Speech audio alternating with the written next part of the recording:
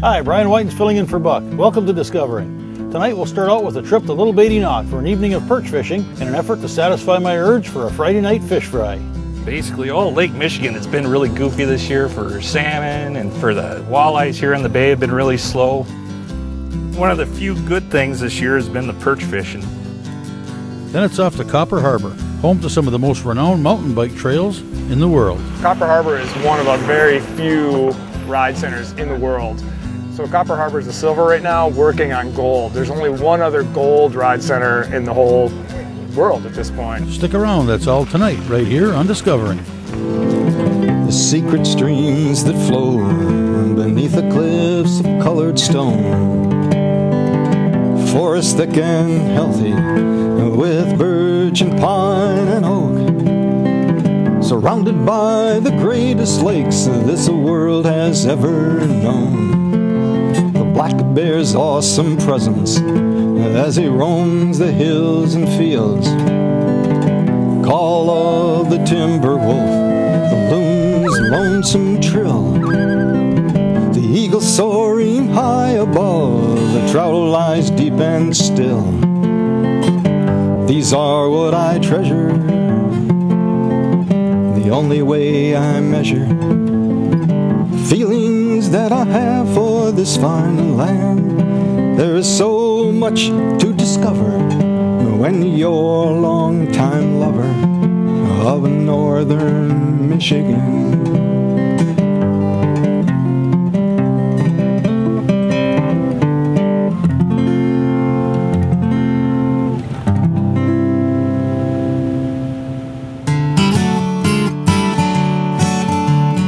My mind was set on a Friday night fish fry, so on Thursday I called my buddy Chris, the bait shop guy, to see if he could help.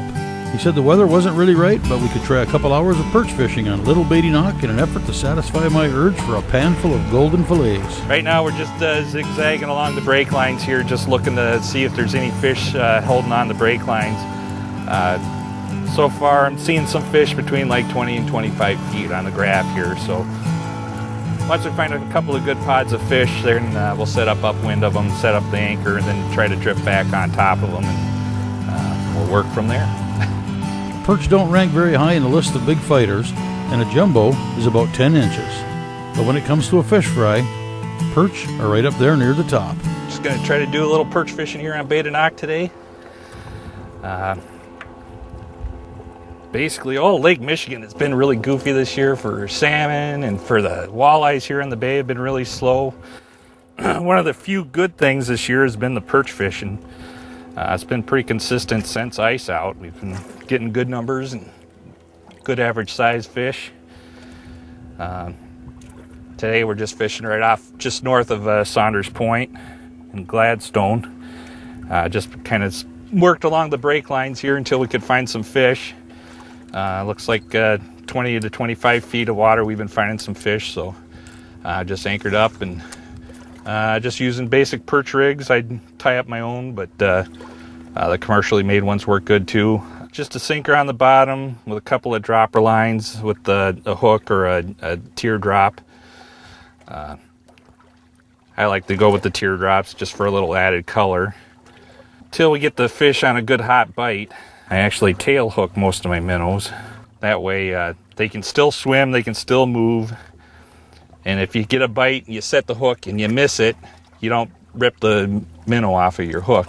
So you can still stay down there swimming. If you hook them through the head or through the lips, they only swim for so long before they die. And when you go to set the hook, a lot of times you'll just rip them right off of your hook. You know, when the bite is really hot, when you're getting fish biting pretty steady, it doesn't matter how you have them hooked down there. Basically just drop it down to the bottom and wait for the fish to bite, I guess.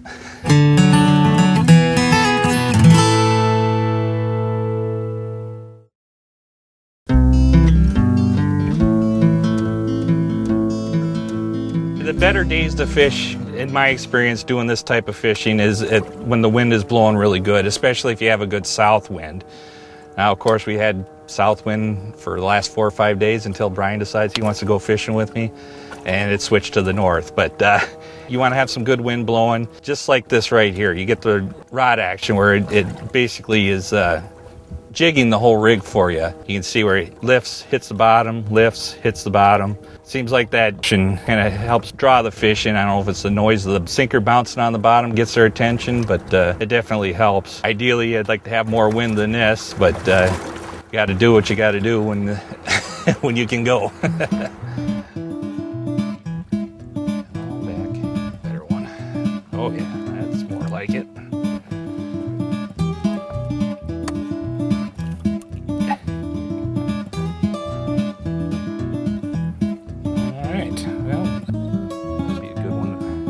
Good one to fry up. Feels a little bit better.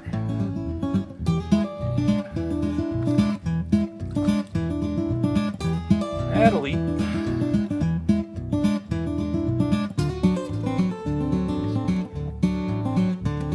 Run is on. All 3 rods are up.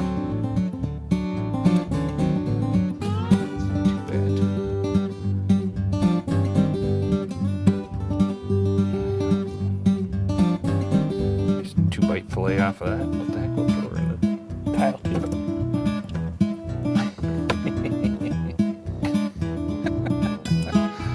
Well, I don't know how I managed that, but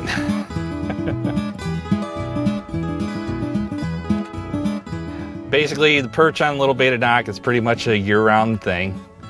As soon as the ice goes out in the spring, we typically do pretty good throughout the whole bay, but mostly north of Gladstone. Usually the areas up around the Days River. Right here at Saunders Point here is usually a good spot to start in the spring.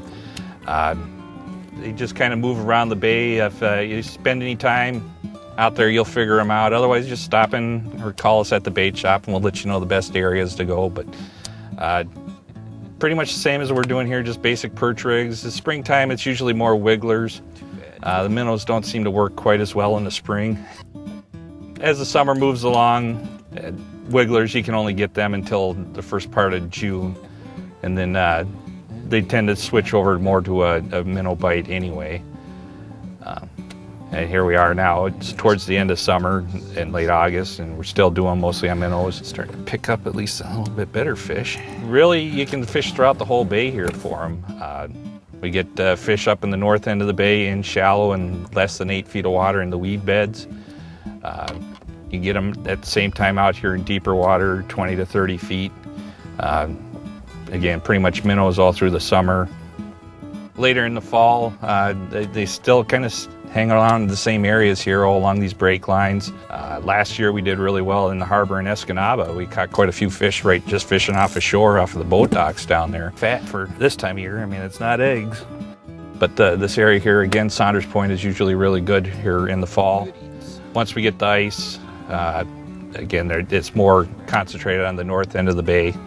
Again, in the wintertime, it's more the wigglers.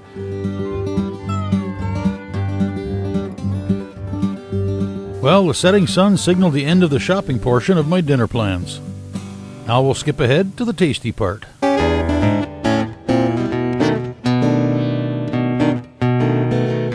are about as many ways to cook fish as there are fish to cook. I like to keep it simple. I like to keep a bag of breading on the shelf at all times. Whenever I have some leftover crackers or maybe the crumbs in the bottom of the cornflakes box, I just add it to the bag. Toss in a little flour and you're all set. That way I've always got breading ready to go. And I like to keep it plain. If I want any special seasonings, I can just add them to each batch individually. When it's time to cook fish, dunk them in some egg, or for a later breading, I use milk. If you prefer batter instead of breading, simply add some beer to the mix.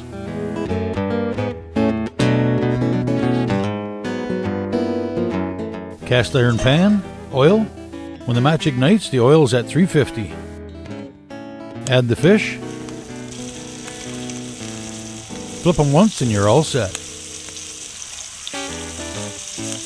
Add some fries, tartar sauce, and a homemade ale, and you've got the perfect fish fry. Oh yeah.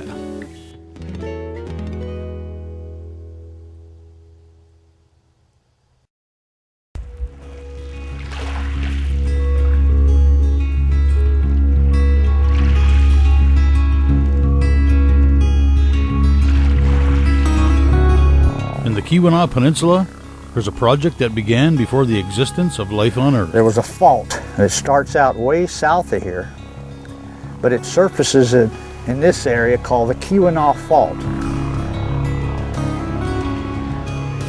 When that split open, if you can imagine the lava flows coming out, and then 100 years, 1,000 years would go by and another layer would come out, and there were 40 some of these eruptions over years and years and millennium. Each one would form another layer, so that's the way the Keweenaw was built. These cataclysmic events created a peninsula of breathtaking scenery and laid the groundwork upon which some of the most sought-after mountain bike trails on Earth have been sculpted.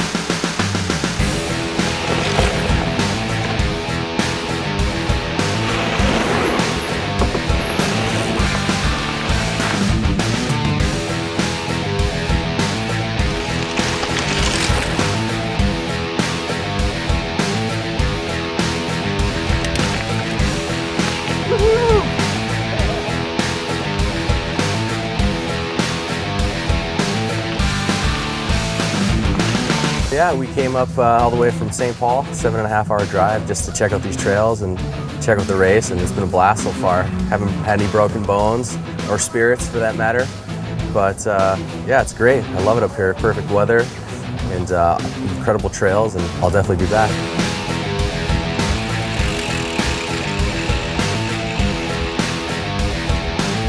Coming up here from St. Paul, Minnesota for the extended Labor Day weekend. Checking out the UP in Michigan for the first time in my life with my buddy Nick. Hitting up these hardcore mountain bike trails that are mind-blowing.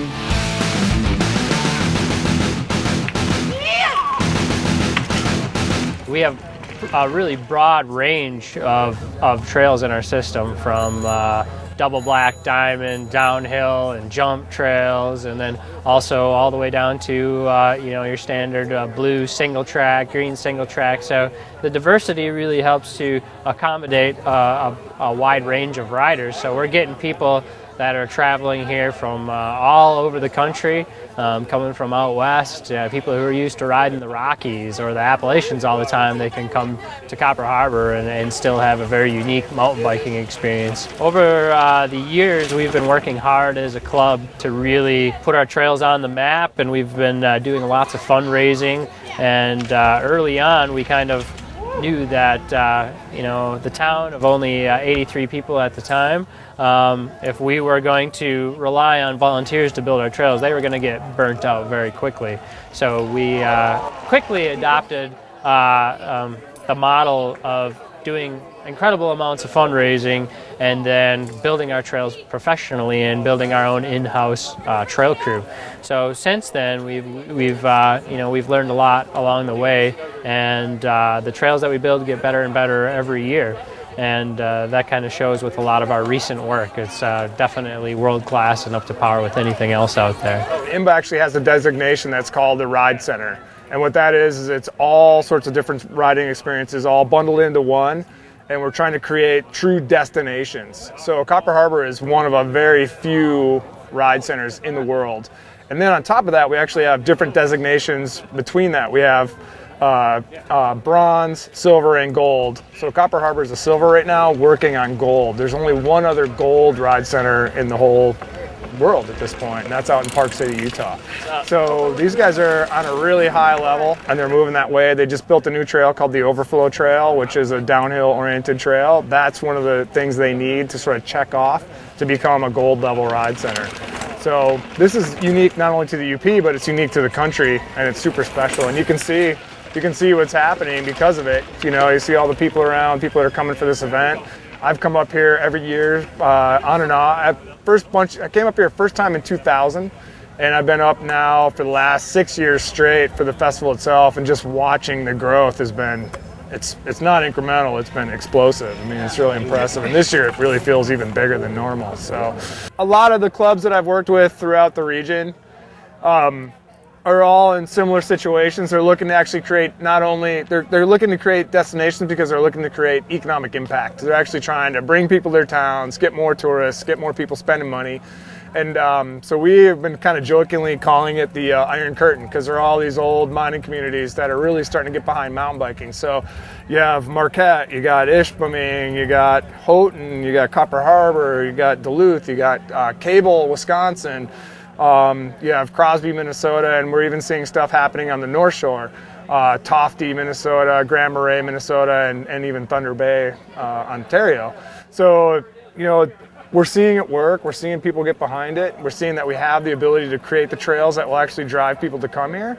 And Copper Harbor is probably the perfect example of all that coming together. Throughout the weekend, participants in the race will number anywhere from 550 to 600 through the events. And then around it, we get hundreds of people that come just to watch. They're friends of people racing, or they just come up to experience the event.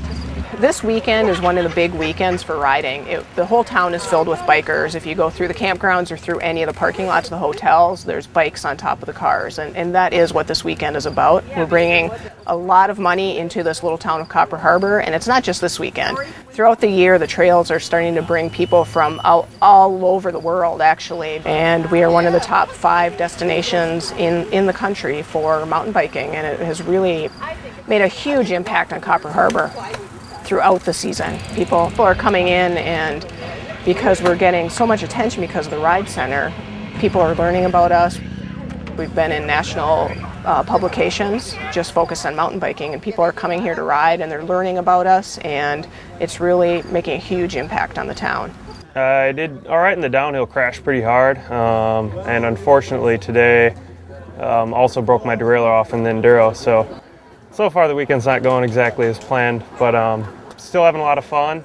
It's awesome to be around this many riders. A lot of friends are up from Marquette and the surrounding area, so it's always a good weekend. It's partially just how cool the trails are, and then just the area in general.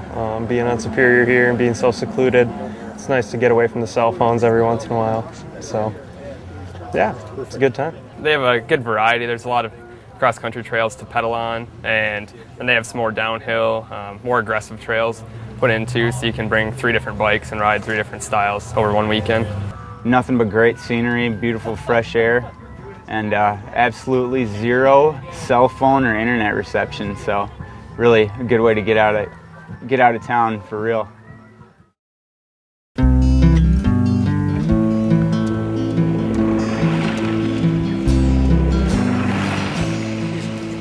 The trail building up here has definitely evolved from, going out in the woods with pickmatics and Pulaskis and hand tools and slowly grubbing away at the trails, and you look back at the trail you built and you're like, man, that was a lot of work for that last couple hundred feet of trail. Well, now, we're building with excavators and bulldozers and earth movers and we have wood mills and all this kind of stuff. So that's really taken us to the next level.